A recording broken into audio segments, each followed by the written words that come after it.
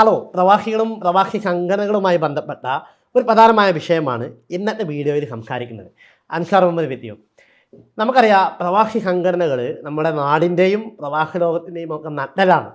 അപ്പോൾ ഒരുപാട് പ്രവാസി സംഘടനകൾ ഗൾഫുകളിൽ ഉടനീളം പ്രവർത്തിക്കുന്നുണ്ട്. ഇപ്പോൾ പ്രത്യേകിച്ച് നോമ്പുകളൊക്കെയാണ്. അപ്പം പലപ്പോഴും പല ചാരിറ്റി കാര്യങ്ങളും ആണ് ഇപ്പം പല സംഘടനകളും ചെയ്യുന്നത്. അപ്പം ഞാൻ മാസങ്ങൾക്ക് മുമ്പ് ഒരു ഒരു സംഘടനയുടെ ലീഡർഷിപ്പ് ക്യാമ്പിൽ സംസാരിക്കാൻ വേണ്ടി പോയി. അഥവാ അവരുടെ സംഘടനാ പ്രവർത്തനം എങ്ങനെ ഉഷാറാക്കണം എന്നതുമായി ബന്ധപ്പെട്ട ഒരു ട്രെയിനിങ് ആയിരുന്നു. അപ്പം ആ ട്രെയിനിങ്ങിൽ ഒരു ചർച്ചകൾ ഇങ്ങനെ വന്നപ്പോൾ നമുക്ക് കിട്ടിയ ഒരു ആശയം, അപ്പോൾ അതിൽ ആ ട്രെയിനിങ്ങിൽ ഞാൻ മുൻഗണന കൊടുത്തത്, ഊന്നൽ കൊടുത്ത് സംസാരിച്ചത്, ഈ പ്രവാസി സംഘടനകൾ പലപ്പോഴും നമ്മുടെ ചാരിറ്റികളൊക്കെ ഈ നാട്ടിലേക്കാണ് നമ്മൾ പലപ്പോഴും നമ്മുടെ ഫോക്കസ് വരുന്നത്. അതേസമയം ഈ പ്രവാസി സംഘടനയിൽ ദീർഘകാലം പ്രവർത്തിച്ച് എക്സിറ്റൊക്കെ പോയി നാട്ടിൽ സെറ്റിലായ കുറേ പ്രവാസികളുണ്ട്. അവരിൽ പല ആളുകളുടെയും അവസ്ഥ വളരെ പരിതാപകരമാണ്.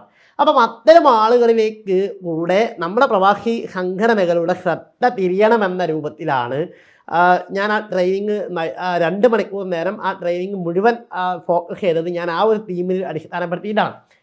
അപ്പം അഥവാ ഒരു സംഘടനയിൽ ദീർഘകാലം പ്രവർത്തിച്ച് എക്സിറ്റ് പോയ ഒരാൾ. അപ്പം അദ്ദേഹം ഒരുപാട് പ്രവർത്തകരും ഫ്രണ്ട്സും ഒക്കെ അദ്ദേഹത്തിന് ഇവിടെ ഉണ്ടായിരുന്നു, ഗൾഫിലുണ്ടായിരുന്നു.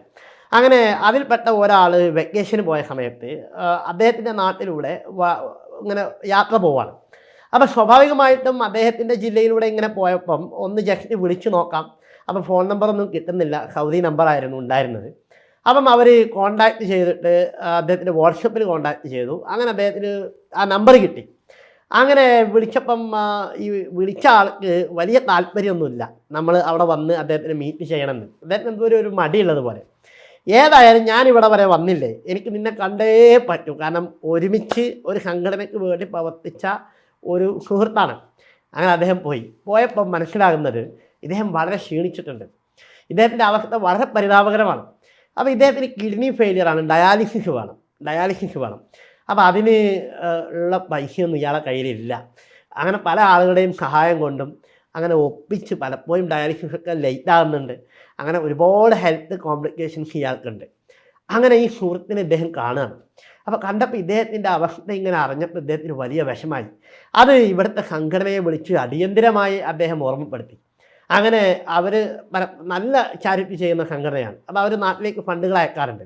അത് പലപ്പോഴും നാട്ടിലുള്ള ആളുകൾക്കാണ് അത് പലപ്പോഴും എത്തിയത്. അത് വേണ്ടെന്നല്ല ഞാൻ പറയുന്നത്. അപ്പോൾ ഇവർ ഒരു ഫണ്ട് സ്ഥിരമായി എല്ലാ മാസവും ഇദ്ദേഹത്തിന് ഡയാലിസിസിന് വേണ്ടിയുള്ള ഒരു ഫണ്ട് ഈ സംഘടന ഉണ്ടാക്കുകയും അത് എല്ലാ മാസവും ഇദ്ദേഹത്തിന് അയച്ചു കൊടുക്കുകയും അദ്ദേഹം ഡയാലിസിസ് ചെയ്ത് ഉഷാറായിട്ട് പോകുന്നു. ഇത് ഒരു അനുഭവം. വേറെ അനുഭവം ഇതേപോലെ പ്രവാസ ലോകത്ത് നിന്ന് എക്സിറ്റൊക്കെ പോയി.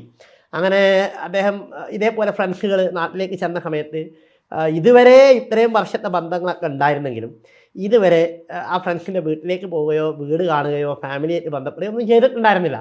അപ്പോൾ ഇതേപോലെ ഒരിക്കൽ നാട്ടിൽ പോയപ്പോൾ പഴയ ആളുകളേക്കൊന്ന് കാണാം എന്ന് അവർ തീരുമാനിക്കുകയും അങ്ങനെ ഇദ്ദേഹത്തിൻ്റെ വീട്ടിലേക്ക് എത്തിപ്പെടുകയും ചെയ്തു. അപ്പം വളരെ പരിതാപകരമാണ് അദ്ദേഹത്തിൻ്റെ ആ വീടിൻ്റെ അവസ്ഥ എന്ന് പറയുന്നത്, വളരെ സങ്കടകരമാണ്.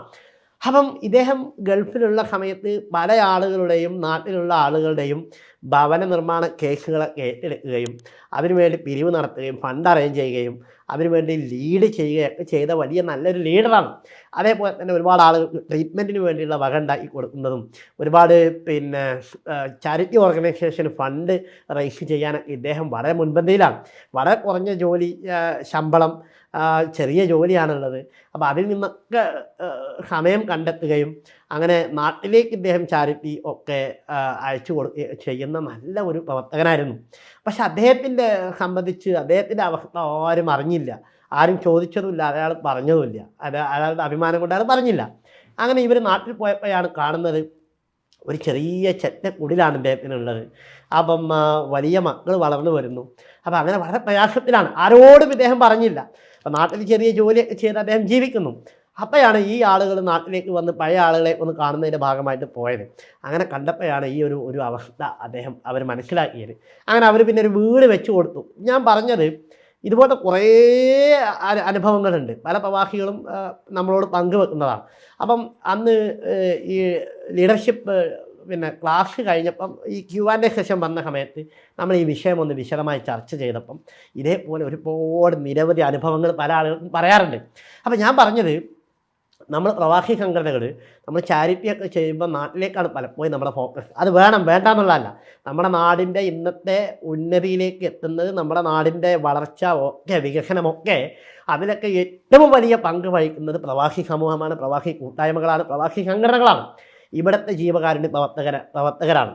അപ്പോൾ ഞാൻ പറയുന്നത്, നമ്മോട് കൂടെ ഗൾഫിൽ ജോലി ചെയ്ത് നിരവധി വർഷം ജോലി ചെയ്ത് നമ്മളെ കൂട്ടായ്മകളിലൊക്കെ വളരെ സജീവമായി നിന്നിരുന്ന പല ആളുകളും ജോലി നഷ്ടപ്പെട്ട്, അല്ലെങ്കിൽ ആരോഗ്യമില്ലാതെ, അനാരോഗ്യം കൊണ്ട്, അതേപോലെ നാട്ടിൽ നിൽക്കേണ്ട അത്യാവശ്യം കൊണ്ട്, ജോലി പോയതുകൊണ്ട്, ഇങ്ങനെയൊക്കെ പല കാരണങ്ങൾ കൊണ്ടും നമ്മുടെ പല പ്രവർത്തകരും പല കൂട്ടുകാരും ഇന്ന് നാട്ടിലാണുള്ളത്. അപ്പം ചിലപ്പോൾ നാട്ടിൽ ചെറിയ ജോലിയൊക്കെ ചെയ്ത് വളരെ സാമ്പത്തിക പ്രയാസത്തിൽ അവർ മുന്നോട്ട് പോവുകയാണ്. ചിലപ്പോൾ അവർക്ക് പ്രായമായ മാതാപിതാക്കളുണ്ടാകും, അവരെ ട്രീറ്റ്മെൻറ്റുകൾ നോക്കണം. ഇങ്ങനെ വളരെ പ്രയാസത്തിൽ പോകുന്ന ഒരുപാട് കൂട്ടുകാരികൾ നമുക്കുണ്ടാകും. അപ്പോൾ ഇത്തരം ആളുകളിലേക്ക് നമ്മുടെ ഇവിടെ നിന്ന് എക്സിറ്റ് പോയ ആളുകൾ അവരുടെ ജീവിതത്തിൽ ഇപ്പം എന്ത് സംഭവിക്കുന്നു എന്ന വിഷയത്തിലും കൂടെ നമ്മുടെ ഒരു ശ്രദ്ധ ഉണ്ടാവുകയാണെങ്കിൽ, ഇവിടെ ഈ മരുഭൂമിയിൽ തൻ്റെ ഏറ്റവും പ്രധാനപ്പെട്ട യൗവനം ഇവിടെ ചെലവഴിച്ച് ആ കുടുംബത്തിന് വേണ്ടി, നാട്ടുകാർക്ക് വേണ്ടി, പ്രസ്ഥാനത്തിന് വേണ്ടിയൊക്കെ ചെലവഴിച്ച പല പ്രവർത്തകരുടെയും അവസ്ഥ വളരെ പരിതാപകരമാണ്. അത്തരം ആളുകളിലേക്ക് നമ്മുടെ ശ്രദ്ധ വരികയാണെങ്കിൽ അത് നമുക്ക് പ്രവാസി സമൂഹത്തിന് ചെയ്യാൻ കഴിയുന്ന ഏറ്റവും വലിയ ഒരു നന്മയായിരിക്കുമെന്നാണ് എനിക്ക് തോന്നുന്നത്. ഒരു സജഷനായിട്ട് ഞാൻ പറയാണ്, അതൊരു വലിയ നന്മയായിരിക്കും. അങ്ങനെ നമ്മുടെ ഒരു വിളി പ്രതീക്ഷിക്കുന്ന, നമ്മുടെ ഒരു സഹായത്തിന് വേണ്ടി കാത്തു നിൽക്കുന്ന ഒരുപാട് പ്രവാസികളുണ്ട്. നമ്മൾ ബേസിക്കലി നമ്മൾ പ്രവാസികൾക്ക് നമ്മൾ മാത്രമേ ഉള്ളൂ, നമ്മൾ മാത്രമേ ഉള്ളൂ. നമ്മുടെ കാര്യങ്ങൾ നടക്കണമെങ്കിൽ നമ്മൾ തന്നെ വേണം. ഇവിടെ ഒരാൾ മരണപ്പെട്ടാൽ ഇവിടുത്തെ ജീവകാരുണ്യ പ്രവർത്തകരുടെ ശ്രമം കൊണ്ടാണ് നമ്മൾ ആ ബോഡി നാട്ടിലേക്ക് എത്തിക്കുന്നത്. ഇവിടെ ഒരു പ്രതിസന്ധി വന്നാൽ ആ പ്രതിസന്ധി ഡീൽ ചെയ്യുന്നത് ഇവിടുത്തെ പ്രവാസി കൂട്ടായ്മയാണ്, നന്മയുള്ള മനുഷ്യരുടെ കൂട്ടായ്മയാണ്. അപ്പം ഈ ഒരു വിഷയം കൂടെ നമ്മൾ ശ്രദ്ധിക്കുകയാണെങ്കിൽ അത് ഇവിടെ പ്രവാസ ലോകത്ത് ജോലി ചെയ്ത് ഇവിടെ ജീവിച്ച ഒരുപാട് ആളുകൾക്ക് ജീവിതത്തിൽ അതൊരു വലിയ താങ്ങായിരിക്കും, തണലായിരിക്കും. ആ ഒരു വിഷയം എന്നോടക്കമാണ് ഞാൻ പറയുന്നത്, നമ്മുടെയൊക്കെ ശ്രദ്ധയിലുണ്ടെങ്കിൽ ആ ഒരു വിഷയത്തിന് വലിയ പരിഹാരമാകും എന്ന് ആശിച്ചുകൊണ്ട് അവസാനിപ്പിക്കുന്നു. വീണ്ടും കാണാം. Thank you very much.